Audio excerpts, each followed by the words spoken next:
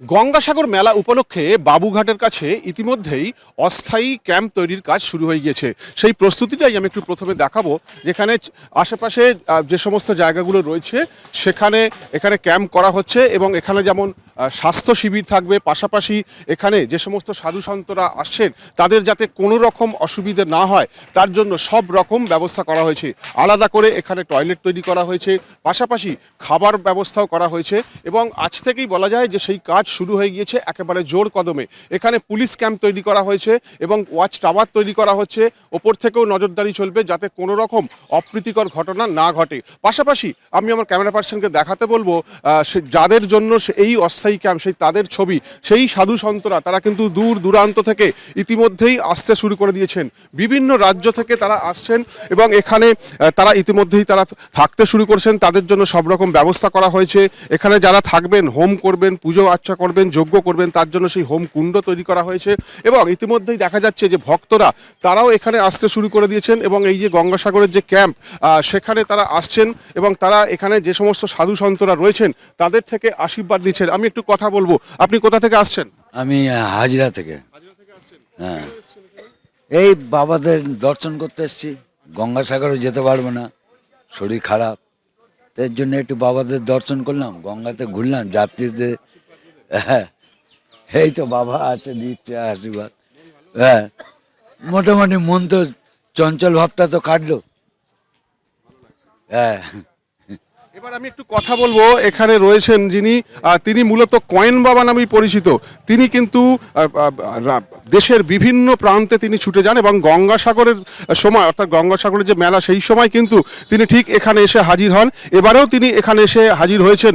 আপনি কোথা থেকে আসছেন? কামরূপ কামাক্কা।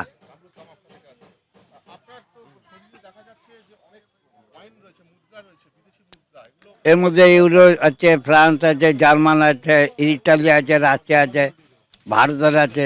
এগুলো আমাকে দান করে ভক্তরা, কেন ভক্ত হচ্ছে ভগবান। যখন যার মনের আশা পূরণ হয় সে তখন আমাকে দান করে। আমি তো না চেয়ে পাই, কেন ছেলে কিছু পাওয়া যায় না, না চেয়ে অনেক কিছু পাওয়া যায়। ভক্ত হচ্ছে ভগবান। কামাক্কায় সবাই যেতে পারে না, কামাক্কাটা হচ্ছে কি জনিপীঠ।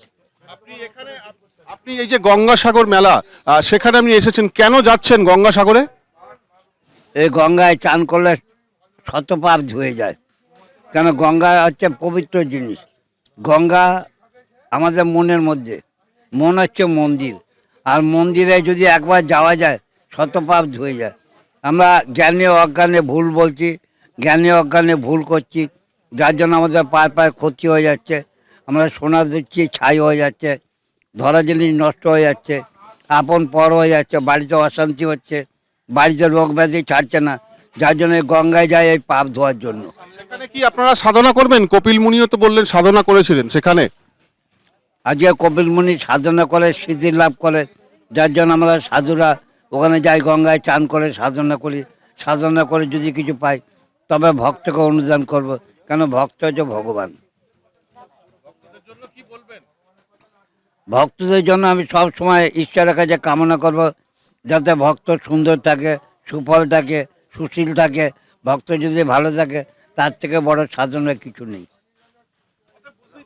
এই যে কয়েন বাবা তিনি যেটা বলছেন যে তিনি কিন্তু ভক্তদের জন্যই সেখানে যাচ্ছেন এবং প্রতিবার গঙ্গাসাগরে তিনি যান, সেখানে মকর সংক্রান্তিতে তিনি পুণ্য স্নান করেন। তার কারণ সেখানে তারা সাধনা করবেন এবং ভক্তদের জন্যই তারা কিন্তু সেই সাধনা করছেন এবং সেটা কিন্তু ভক্তদের উদ্দেশ্যেই, সেটাই তাদের মূল উদ্দেশ্য এবং ভক্তরাই হচ্ছে ভগবান, এমনটাই তারা জানাচ্ছেন। অর্থাৎ ভক্তরা যদি ভালো থাকে তবে সাধু সন্তরাও ভালো থাকবে।